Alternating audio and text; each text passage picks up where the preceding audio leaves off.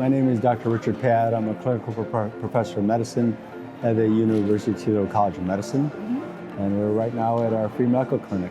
So, we were the only Filipinos in our school.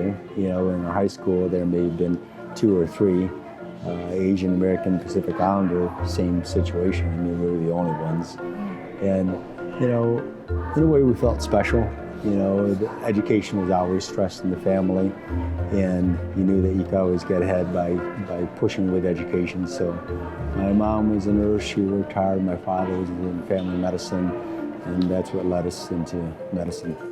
I started bringing medical teams back to the Philippines in about 1992, 1994, and when we go to whatever part of the Philippines, there's 7,100 islands, and I have to learn that dialect. So I'll learn that dialect for that week. I'll memorize about 200 key phrases so that I can discuss things with patients, understand things. I still might need a translator at the end if they start speaking too fast.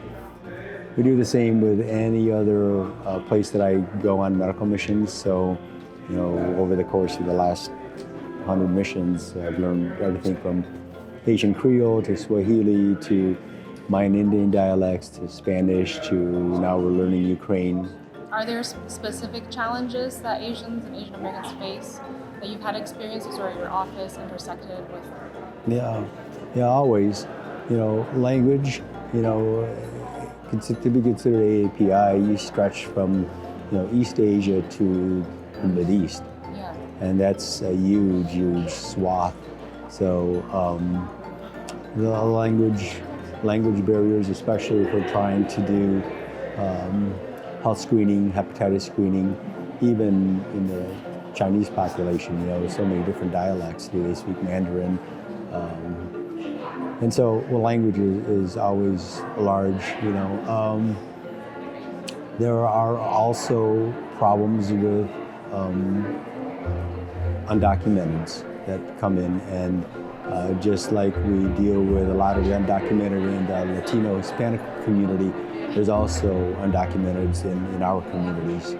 And the people that are living in the shadows that don't want to they don't want people to know that they're undocumented for fear of repercussions.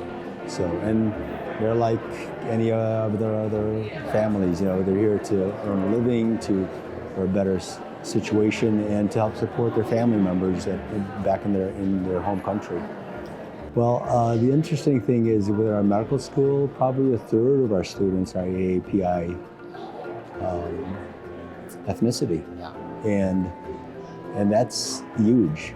That's huge. And now to be able to help to train those students to understand what it means to be an AAPI health physician, working in this country.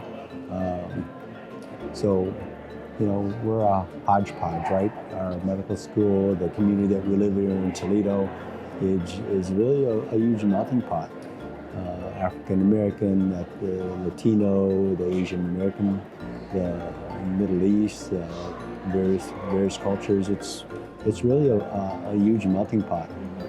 Even though I was the only Asian American Pacific Islander in my school, that's certainly changed. Yeah. The languages that you're learning in high school. My kids learn Chinese. My daughter just moved to California, so obviously a huge Asian American Pacific Islander population there, a huge Filipino population there. My son just moved to Georgia, so minimal amount out there. And my other son is in Chicago, which has a large AAPI community. So two oceans and right smack in the middle in the Midwest. And their opportunities are endless. Are there barriers that they have to fight? Yes, definitely. But they're meeting those challenges. I see bright things for all of them.